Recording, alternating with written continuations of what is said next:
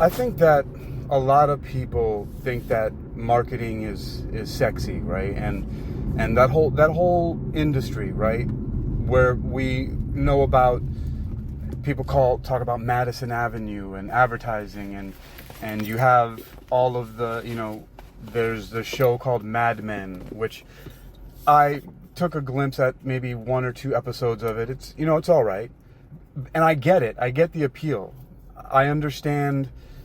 To me, marketing is very closely related to the entertainment industry.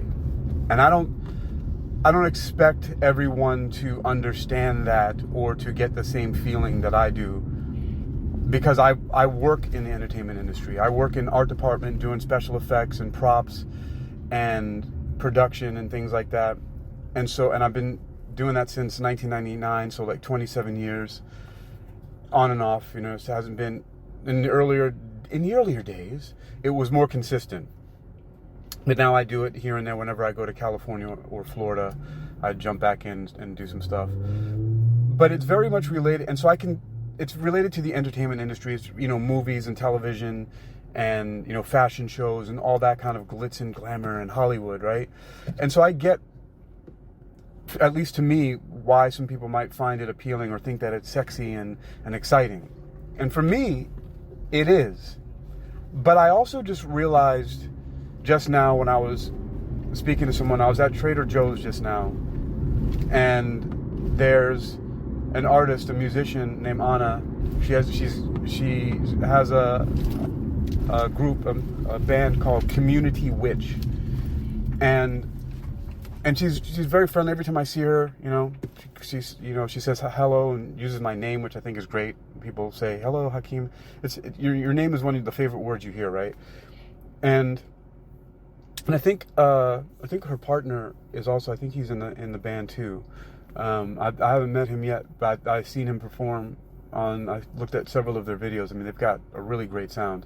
The point is, what I realized about myself is that even though in the Capucinian tradition of hypnosis and, the relationship strategies, the ENP attraction model, where, emotional and physical, where I'm an E, where technically I'm basically an ethnic male introvert in a lot of ways, right? And I'm not going to really get into that right now, but I'll give a little bit of a breakdown. So yes, I am going to get into it. So one of the features is I'm naturally introverted, shy. I am not normally outgoing to people for no reason, right? I don't force extroversion or sociality or socializing. But if something is genuinely interesting to me, I almost can't help myself but to comment or say hi or ask about it. Hi, those are really interesting shoes. What are what are they made out of, or where did you get them? Or it might be, you look really fit and strong. What do you train? Are you a bodybuilder, or are you a martial artist? Are you a professional athlete? These kind of things that are interesting to me, I get excited about and talk to people about.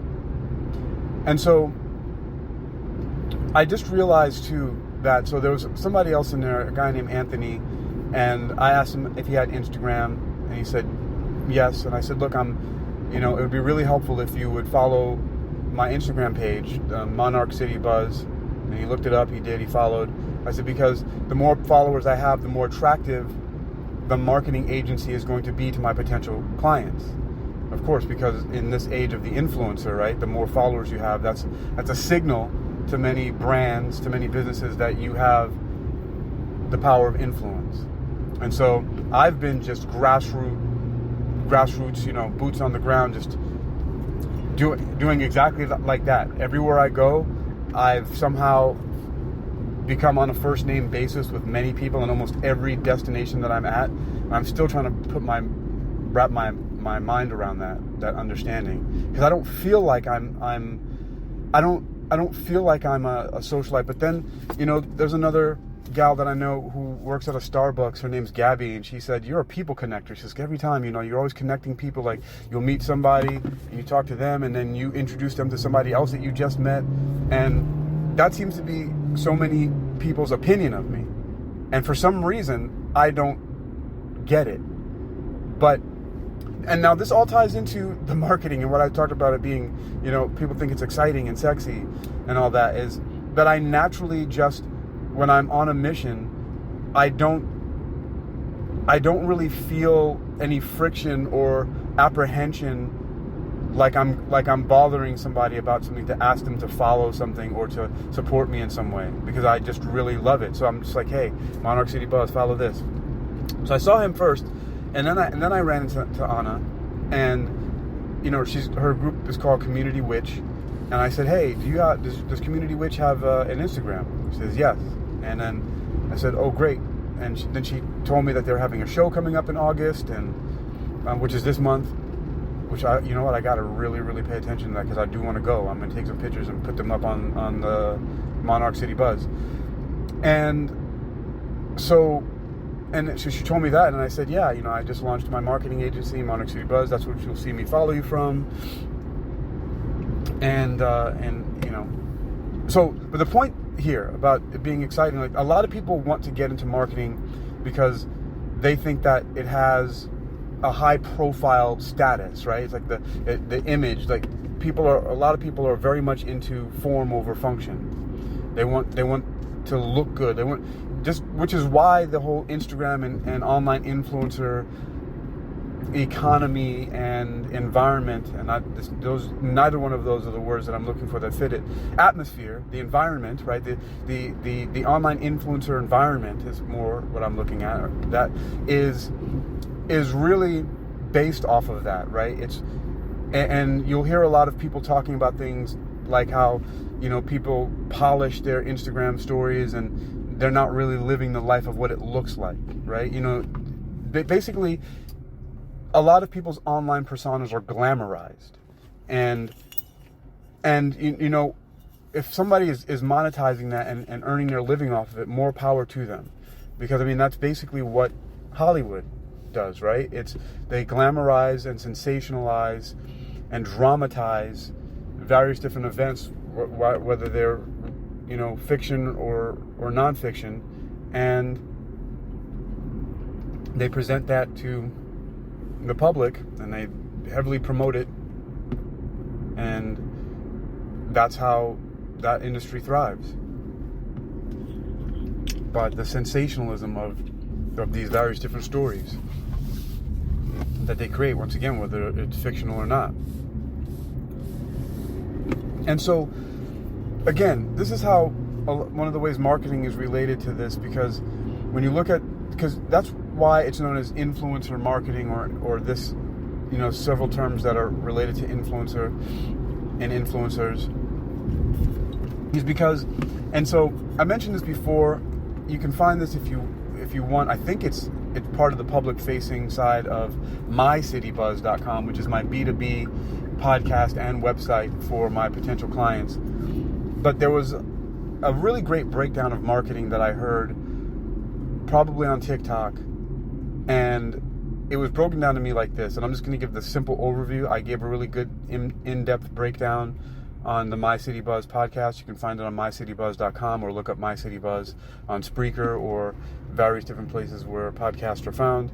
And so the breakdown was this. It says, if a circus is coming into town and someone from the circus puts up a poster, that's advertising. If you take that same poster and you put it on an elephant and march the elephant through town, right? People are going to pay attention to that. They're going to be awe-inspired by an elephant marching through town, and they're going to see that poster on the elephant. That's promotion. If the elephant tramples the mayor's garden and the newspaper picks up the story and writes about it, that's publicity. If you can get the mayor to laugh about it and have good, be in good spirits about his garden being trampled on by an elephant, that's public relations. If you then set up various different booths and venues to answer questions to the public about the circus and to sell tickets and other merchandise. That's sales. And if all of the images and messaging and colors and slogans and all that stuff are consistent across all of those things, the advertising, promotion, publicity, public relations, and sales, that's branding. And all of those things fall under the umbrella of marketing. So marketing is all of those things. Sales is marketing, right? Branding is marketing. Promotion is marketing, advertising, right? All of those 6 things, they're all marketing. They're distinct from each other, but they're all under the umbrella of marketing. All of that stuff is marketing, bringing the things to market so that eventually they can be sold, right? So sales is usually the end result that people want. Also, being in, having a good reputation, being trusted, which people often in the online world talk about KLT, knowing, liking, and trusting, right? That's public relations. So all of that falls under this the category of marketing.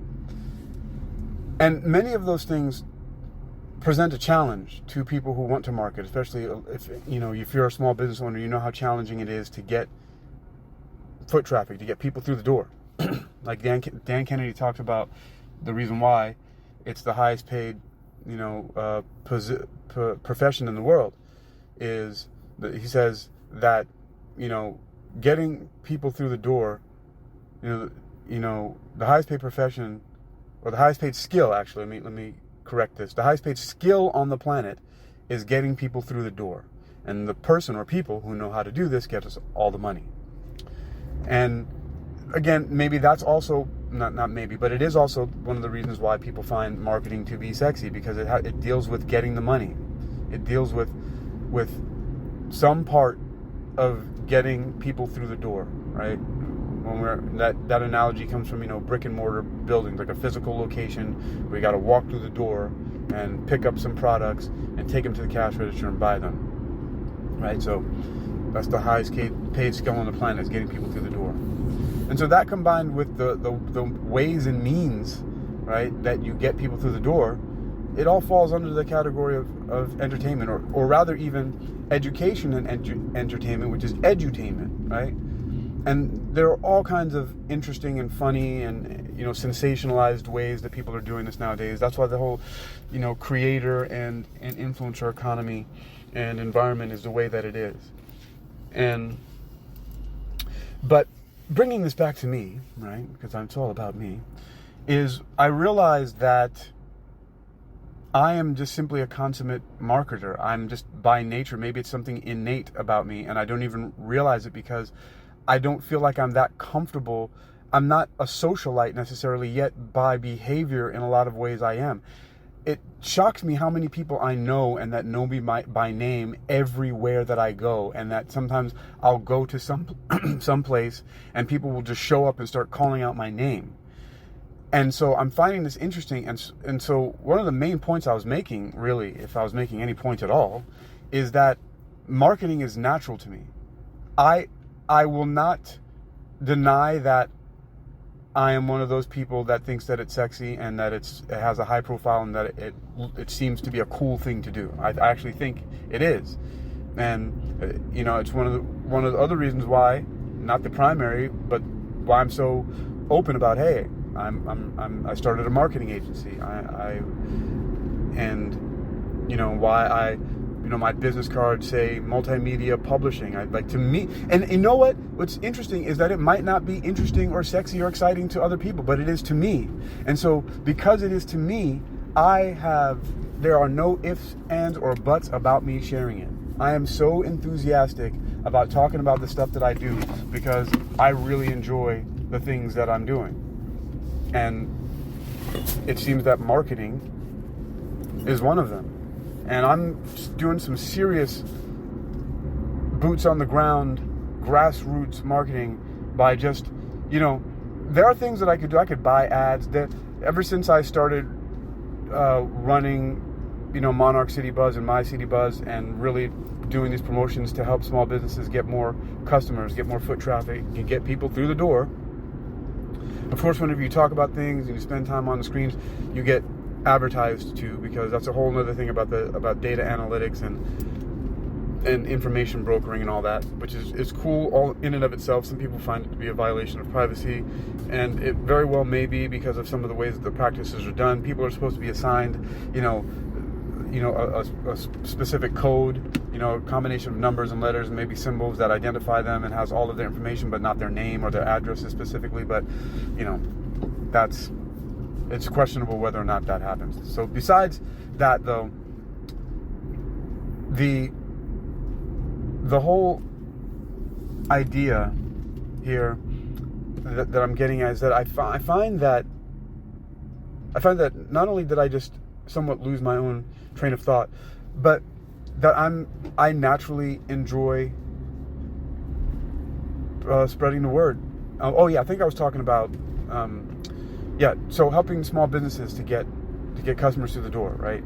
So ever since I started doing that, and I started getting promoted to online, because the advertising, the algorithm it follows you around, it's called the interest graph. So whatever it tracks you as being most interested in, it will present more of that to you to keep you on the platform and to be able to advertise to you while you're stuck on watching these things, right? So the interest graph. So because of that, I've been seeing all these different things where it would ask me if I want to buy followers, and they've got some programs you can get this many, right? So all that, and that's the point that I was getting to, is that I decided to go this way of just people that I've met and that I meet, and that I'm on a lot of the people, because I go to the same places all the time, and I'm on a first name and a conversational basis with many of these people.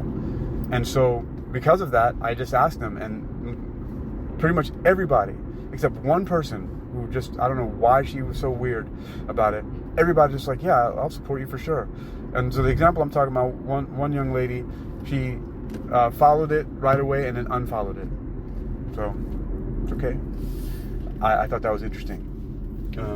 I don't know why. I don't know if something about it scared her, or if there are other people, maybe somebody she knows that's following the page. I don't know. There's less than 50 people right now, but this is the drive. Like, there's something about me thinking about this and saying, okay, how many people do I actually know, and that I can ask to just follow this page, and what number am I going to get up to, before I start doing other kinds of marketing, or before it starts to, snowball.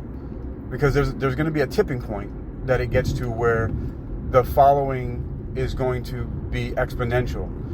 And I say this confidently because I haven't deployed this kind of effort to anything that I can remember doing online. I usually just, the internet has always been my personal notebook. And someone the other day, she asked me, when I showed her, I started a new podcast for my jumping spiders, Tangle and Gaze, which she was, she found one of them in a bathroom at the place that she works at, and that's the one that's called Gaze. So it was a wild jumping spider who just recently had babies, and so I made a podcast called Tangle and Gaze, and one day I went into where she works and I showed her the screen. I said, oh, look at this. I started a new podcast called Tangle and Gaze. And she saw there were like 30 podcasts that I have, 30 shows. And she says, how do you keep track of it all? And I said, I'm just a crazy person. I said, it's just me and my narcissism. I just turn on the mic and start recording. And it's like, I don't need to really keep track of it. And so, but, again, see, I can just talk about these situations with these people because I just meet people that I'm on this conversational basis with, which I can just go and just show them things with. I make really interesting acquaintances. I don't know if I can say friends, although some people have taken it upon themselves to call me their friend. I just don't tend to do that. But it's not that I'm not friendly with people, or that I don't consider them friends. I just don't call a lot of people my friends. So there's another little aside, but yeah, so this thing about this drive, I'm so driven to now see what's going to go on with these numbers. Like, I'm not using any of these systems, these manipulative systems which I'm not saying manipulative in a bad way. Manipulation is a neutral word. It just means to handle with skill and care. But it can have a negative connotation applied to it when it's deployed in a certain way. But I'm just so excited to see that, I'm building up numbers little by little. This is just me asking people that I see face to face. So all of the people that are following me on Instagram, for the most part, probably 99% of them, because I know a couple of other people that started following me from stories that I've done in Reels, that I've seen them face to face, like right in front of them, said, hey, can you follow? And they do it right there on the spot. And that's a really exciting thing. That's a really interesting thing to see, because there are over 40 people now, and since I launched the Instagram from Monarch City Buzz, and all of those people I've asked them face to face. I've met them. I know them one-on-one in some way or the other. And to be able, I haven't even scratched the surface of asking people. There's some places that I've been where I know a lot of people, but it just wasn't the right place and the right time to ask, because like one place that I work, I do security at, people are going in and out, so I'm not stopping them at the door and being like, hey, follow my Instagram. Although there's probably a night that I'm going to go there on my night off and hit people up like that.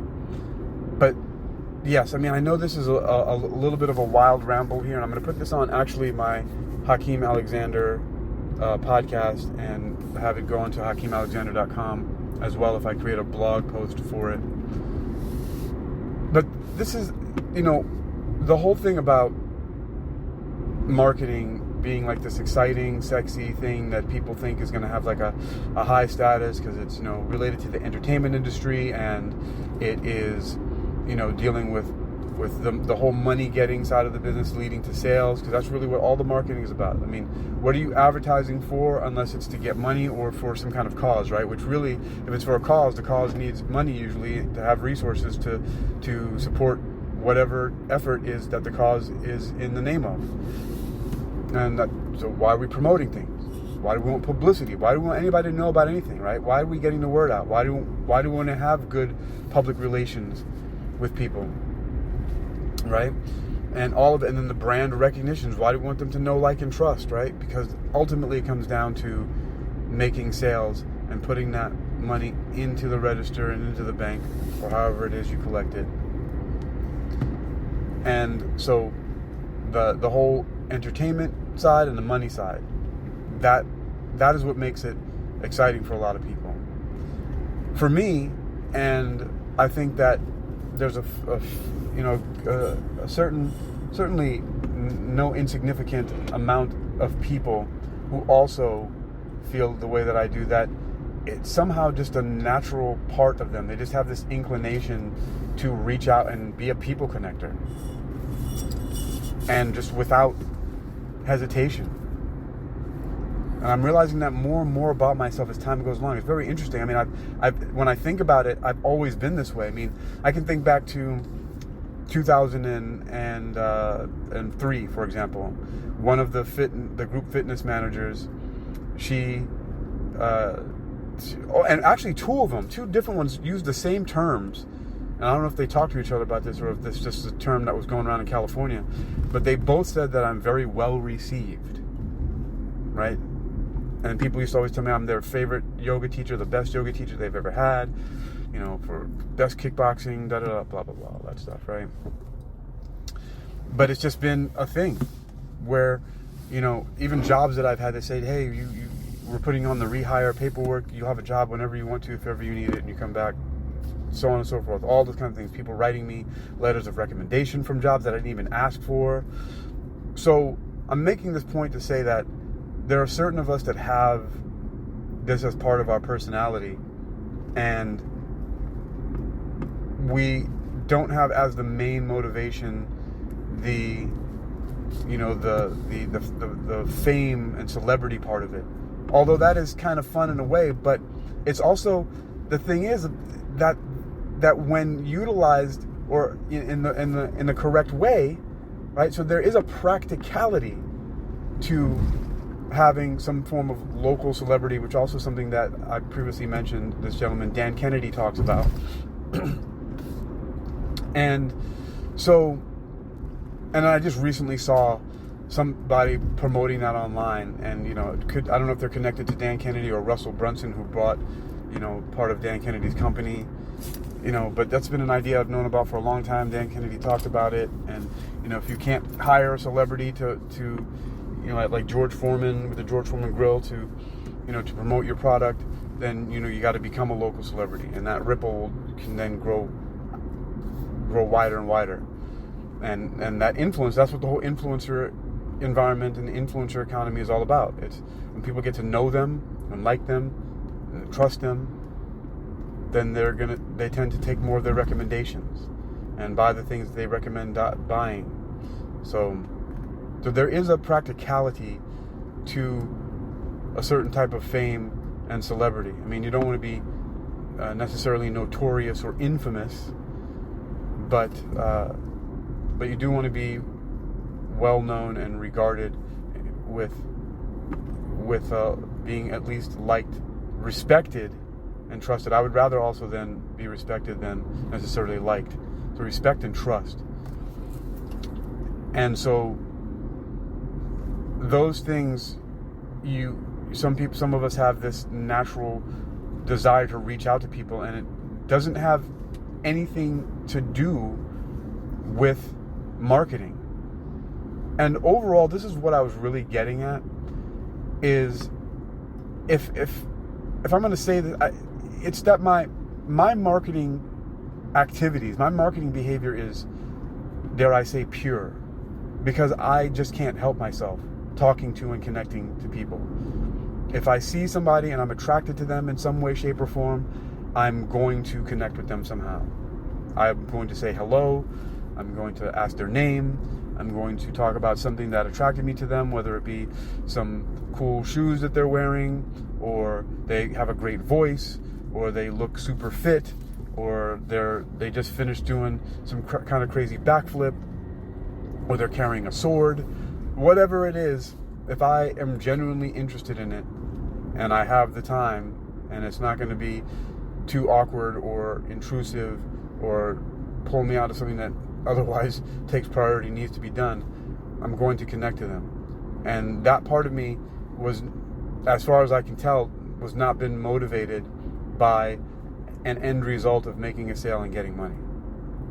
And so what I'm saying about that is, however, that I'm glad that that's a part of me, because I don't have to change much about what I'm doing to build a strong presence and a thriving marketing agency because of my natural inclination to connect with people.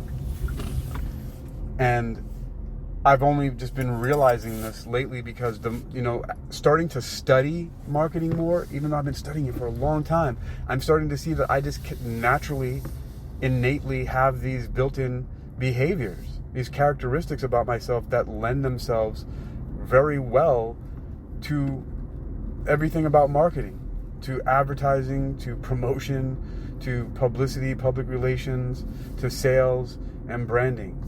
All of that stuff is just natural. I mean, going branding, I've been using the same HA logo, which was Times New Roman, and it was the letter H superimposed on a letter A, or the other way around. I think the H went first and then put an A on it. And I've been using that same logo for 20, 30 years. And it's been in my signature way before that. And that's my brand. And people recognize it. And it's on my shirts, and it's on my websites, and it's on my podcast covers. And so I've just naturally just been a thing that I do. So all in all,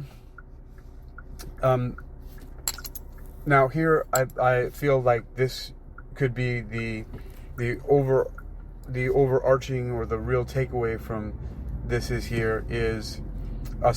another self-serving message, is that because of the fact that these things come naturally to me, and that as I go along and research and study and see that many of my behaviors and my activities are marketing best practices, then I am a very good candidate to be someone who can represent your organization, your business, as your marketing agency and to lead your marketing efforts, because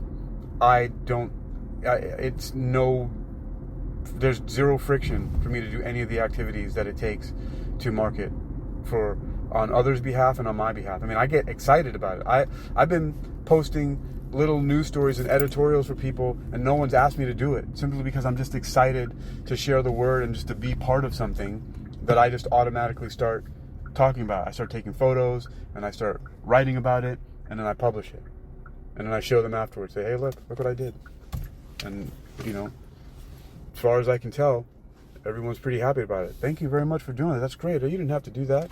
I know I didn't have to. I can't help myself. So, and so some examples, if you go to, you'll see it on monarchcitybuzz.com. Just last night, I was at the Green Parrot, and I put up a message about Willie Byrne playing there at the Green Parrot. So check that out. All right. I am Hakeem Ali-Bocas Alexander. This is going to go on my HakeemAlexander.com marketing message management. And make sure, once again, to go to Monarch City Buzz and My City Buzz if you're a business that wants your marketing. And Monarch City Buzz is Norfolk's ultimate student and community guide. Be well.